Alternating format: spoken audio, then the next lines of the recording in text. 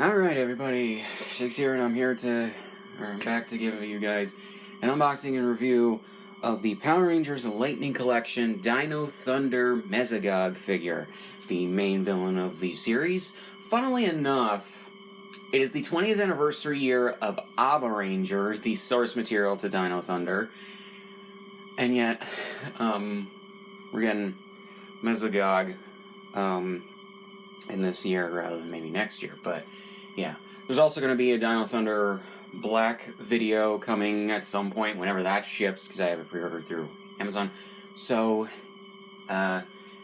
look forward to that when it comes out. So, yeah, we're getting a lot of good Lightning Collection stuff this year, which is good. But, here we go with the Mesogog figure. So here we go with the box. You got the render of the figure on the front, the Power Rangers Lightning Collection logo, artwork for him right there. The Dino Thunder Mesogog, Hasbro. Then we got the side here with his head right there, the Dino Thunder logo, Dino Thunder Mesogog, and the other side with the Dino Thunder logo again, and a picture of him from right there, just on the side. And the back right here with the Dino Thunder logo, got him with the height, which is 6.5 inches. Got him again, Dino Thunder Mesogog, and all that. So yeah, decided to get this. This is like, what, the 5th or 6th, like, main villain figure we've gotten in this line after Rita, Zed, Astronema, and Ecliptor. Maybe a few, or there may be one or two that I'm not remembering at this point in time, but yeah. And it's interesting that they decided to go with Dino Thunder rather than one of the other... Oh yeah, there's Goldar. Granted, technically he's a minion, but still. It's like 6, I think. But yeah, and I'm not talking just everyday monsters, I'm talking about the main villains and their main minions. So, yeah. But yeah, so we got the figure in the tissue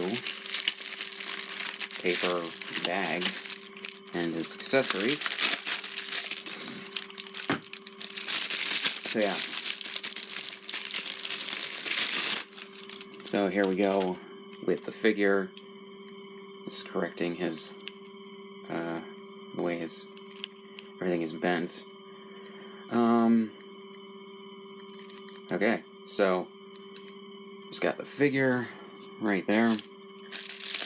The arms are in just weird positions, the way that they were put into the box. Like, I get pushing the feet to one side, but like, or rotating the feet to one side, but yeah,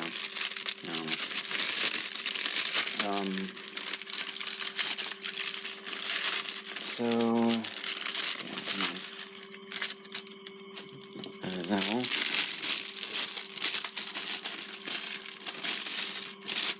Okay, if I case some, like... Okay, so... Hooray, this big paper bag was used for 4 things. Yay. You're really saving up on, paper and plastic there, Hasbro. But yeah. So, just looking at the effect pieces. Got one for his hand, which is seen on the front of the box, which is a blast effect piece, which is interesting. And then we have this, which I saw renders on Amazon for the figure, or pictures if it is. This can fit in a mix of one of his hands or on his head, because he had that thing in the show where he had this like mind laser that he shot at some of his lackeys. Yeah. And right here we got 2 fist hands. His nails are not colored red, or fingers aren't colored red, but granted, I guess I get it. But it's just like on the main hands they are, so who knows. Taking a look at the main figure, I think he actually turned out pretty well.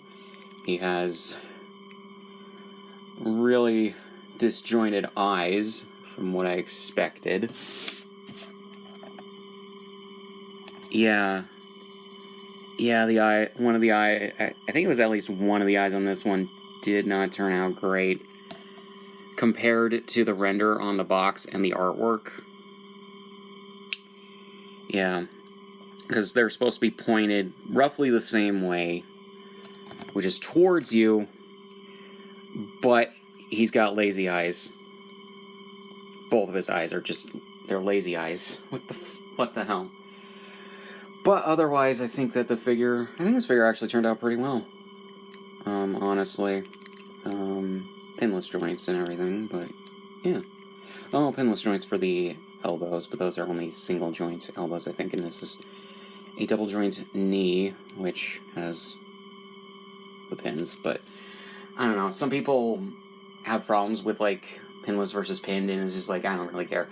As long as the figure can do a decent amount of posing and has range for his posing, or their posing, I'm fine with it, but it is stupid when it's inconsistent between figures of the same, like, team. But yeah. So, his head can spin in a 360, move back and forth like this. The mouth opens up more and closes, which is nice, although it doesn't close all the way. But it's fine. The arms, you can move up in more between 45 and 90 degree angle. Oh, he doesn't even have elbows. Huh. You can move him in a 360 like that.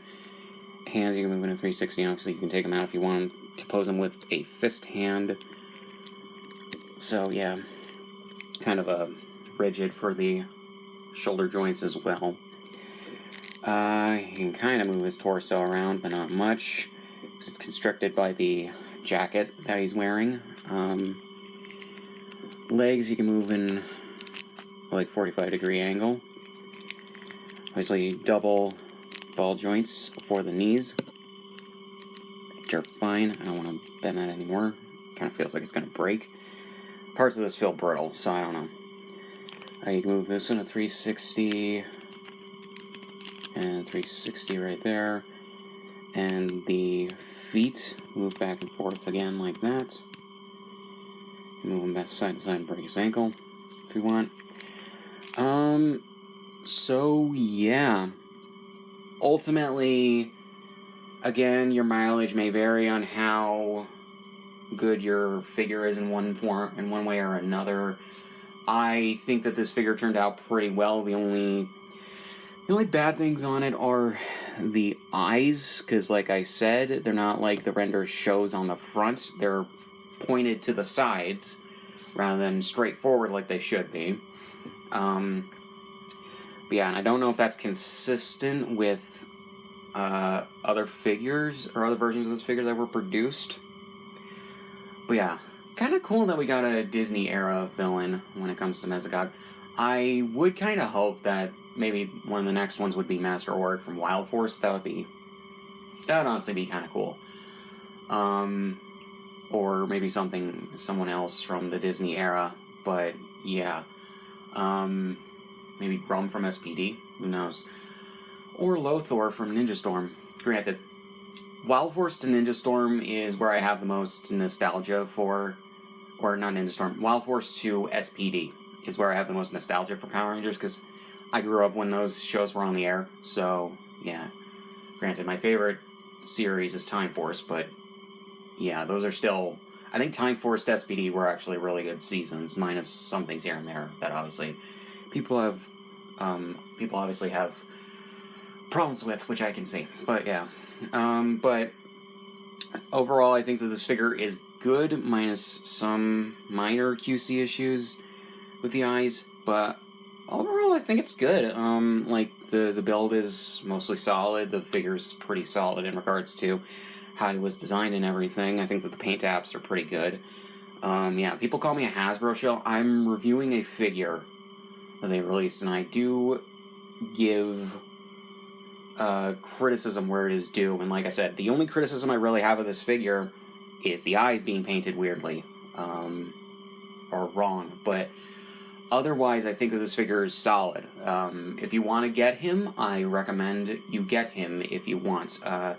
So, yeah, I don't get a lot of the villain figures. I'm thinking of getting the 30th anniversary Rita remastered figure that they're releasing with the MMPR remastered figures as well.